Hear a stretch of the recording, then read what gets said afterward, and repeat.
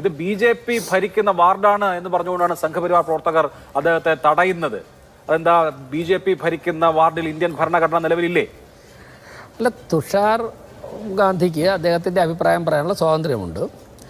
വിവരക്കേട് പറയുമ്പോഴേക്കും അതിൽ വേദനിക്കുന്നവർക്ക് പ്രതിഷേധിക്കാനുള്ള സ്വാതന്ത്ര്യമുണ്ട്. രണ്ടും നടന്നല്ലോ, അതിൽ എന്താ പ്രശ്നം? അല്ല, ഒരാളുടെ വഴി തടയുന്നതും വാഹനം തടയുന്നതും ഒക്കെയാണോ പ്രതിഷേധം? ഈ ലോകത്ത് ആദ്യമായിട്ടാണ് വഴി തടയുന്നത്. അല്ല, ഒരാളുടെ അഭിപ്രായം പറഞ്ഞതിന്റെ പേരിൽ വഴി തടയുന്നത് ചിലപ്പോൾ ലോകത്ത് ആദ്യമായിട്ടായിരിക്കും. അതെങ്ങനെയാ ലോകത്ത് ആദ്യമായിട്ടാണ് വഴി തടയുന്നത്? പക്ഷേ തുഷാർ ഗാന്ധി വന്നിട്ടൊരു വിവരക്കേട് പറഞ്ഞു. പിന്നെ ഒരു പ്രശ്നമുണ്ട്. നമ്മളിപ്പോൾ താങ്കൾ തന്നെ പറഞ്ഞു മഹാത്മാഗാന്ധിയുടെ ചെറുമകനാണെന്നൊക്കെ. അതാണ് പ്രശ്നം. എല്ലാ കുടുംബത്തിലും ഇതുപോലെ ഓരോ ആൾക്കാർ എവിടെയെങ്കിലുമൊക്കെ ഉണ്ടാവാറുണ്ട്. പല കുടുംബങ്ങളിലും ഉണ്ടാവാറുണ്ട്.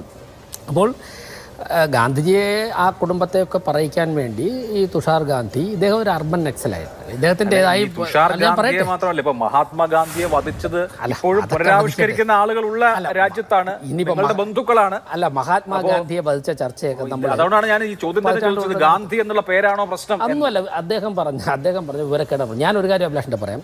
ഞാൻ പറയുമ്പോഴേക്കും അതിന് വിവാദമൊന്നും ആക്കേണ്ട ആവശ്യമില്ല. സത്യത്തിൽ നെയ്യാറ്റിൻകര, ഞാനിപ്പോഴും അവിടുത്തെ കൗൺസിലർ മഹേഷ് എനിക്കിപ്പോഴും അവിടുത്തെ വീഡിയോ അയച്ചു തന്നു. ഇന്നലത്തെ പ്രശ്നം സാർ എന്ന് വിളിച്ചാണ് പറയുന്നത്. സത്യത്തിൽ നെയ്യാറ്റിൻകര വളരെ സമാധാനമായിട്ട് വളരെ സംസ്കാര സമ്പന്നമായിട്ടാണ് അവർ പ്രതിഷേധിച്ചതെന്നാണ്.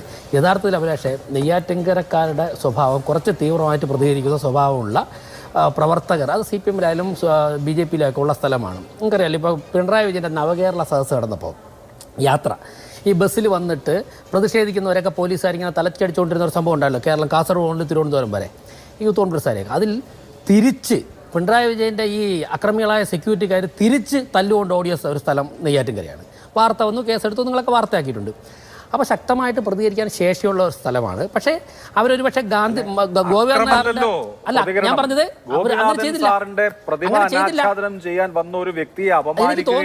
അവഹേളിക്കുകയും വഴി തടയുകയും ചെയ്യുന്നതാണോ പ്രതിഷേധം? എനിക്ക് തോന്നുന്നത് ഗോപിനാഥ് നായർ സാറിൻ്റെ വീട്ടിൽ വന്നതുകൊണ്ട്, ആ വീടെന്ന് പറയുമ്പോഴേക്കും നമ്മുടെ രാജ്യത്തിൻ്റെ പാരമ്പര്യത്തോടൊപ്പം തന്നെയുള്ള പാരമ്പര്യമുള്ളതാണ്, നമ്മൾ ബഹുമാനിക്കുന്നത്. അവിടെ വന്നിട്ട് ഇപ്പോൾ CPM-ൻ്റെ നേതാവായിട്ടുള്ള മുനിസിപ്പൽ ചെയർമാൻ അവിടെ ഉണ്ടായിരുന്നു.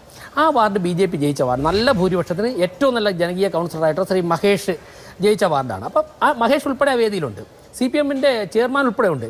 അവിടെ വന്നിട്ട് രാഹുൽ ഗാന്ധിയുടെ ജോഡോ യാത്രയിലൊക്കെ നടന്നപ്പോഴേക്കും കൂടെ നടന്ന ആളാണല്ലോ തുഷാർ ഗാന്ധി. അപ്പോൾ കോൺഗ്രസിൻ്റെ വേദി, എനിക്ക് തോന്നുന്നു ഇദ്ദേഹത്തിന് ആരാണ് ഗോപിനാഥ് നായർ സാറെന്ന് അറിഞ്ഞുകൂടാ, എവിടെയാണ് വന്ന് പ്രസംഗിക്കുന്നത് അറിഞ്ഞില്ല, എന്തിനാണ് വരുന്നതെന്ന് അറിയില്ല. ഇദ്ദേഹം വന്നാലും സ്വന്തം ഐഡിയോളജി പ്രസംഗിക്കുക എന്നുള്ളതാണല്ലോ ഒരാൾ സാമാന്യമായി ചെയ്യേണ്ടത്. അല്ലാതെ വേദിക്കനുസരിച്ച് അഭിപ്രായം മാറ്റാൻ പറ്റുമോ? അങ്ങനെ മാറ്റരുത്. ഒരാൾ കൺസിസ്റ്റന്റ് ആയിട്ട് തന്നെ നിൽക്കണം അദ്ദേഹത്തിന്റെ നിലപാടിൽ.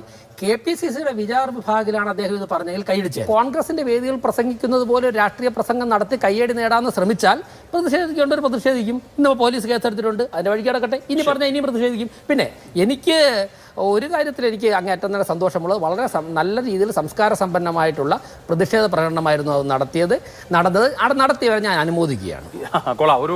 ഒരാളുടെ അഭിപ്രായ സ്വാതന്ത്ര്യത്തെ തടസ്സപ്പെടുത്തിയതിനെ അഭിനന്ദിക്കാനുള്ള അവകാശം ഇപ്പൊ ഇന്ത്യൻ ഭരണഘടന അനുസരിച്ച് താങ്കൾക്ക് ഉണ്ടാവുന്ന. ഞാൻ അതിനൂടെ മറുപടി പറഞ്ഞു. ഞാൻ പ്രവർത്തിക്കുന്ന സംഘടന, ഞാൻ വിശ്വസിക്കുന്ന ആശയം, അത് ഈ രാജ്യത്ത് ക്യാൻസർ പടർത്തുന്നു എന്ന് പൊതുവേദിയിൽ വെച്ച് ഒരാൾ, അത് ഒരു രാഷ്ട്രീയ പാർട്ടിയുടെ വേദിയിലാണ് ഞാനൊന്നും പറയില്ല, ഇത്തരത്തിലൊരു വേദിയിൽ വെച്ച് പ്രസംഗിച്ചാൽ അതിനെ പ്രതിരോധിക്കുന്ന, അതിനെതിരെ പ്രതിഷേധിക്കുന്ന എൻ്റെ പാർട്ടി പ്രവർത്തകർ, ഞാൻ നിങ്ങളുടെ കൗൺസിലറെ കൂടെ വിളിച്ചിരുത്തിയിട്ട് അയാൾ പ്രവർത്തിക്കുന്ന സംഘടന ക്യാൻസർ പടർത്തുന്നു എന്ന് പറഞ്ഞാൽ അയാൾ പ്രതിഷേധിക്കും. ശരി, അങ്ങനെയുള്ള പ്രതിഷേധമാണ് ഉണ്ടായത് എന്നുള്ളതാണ്.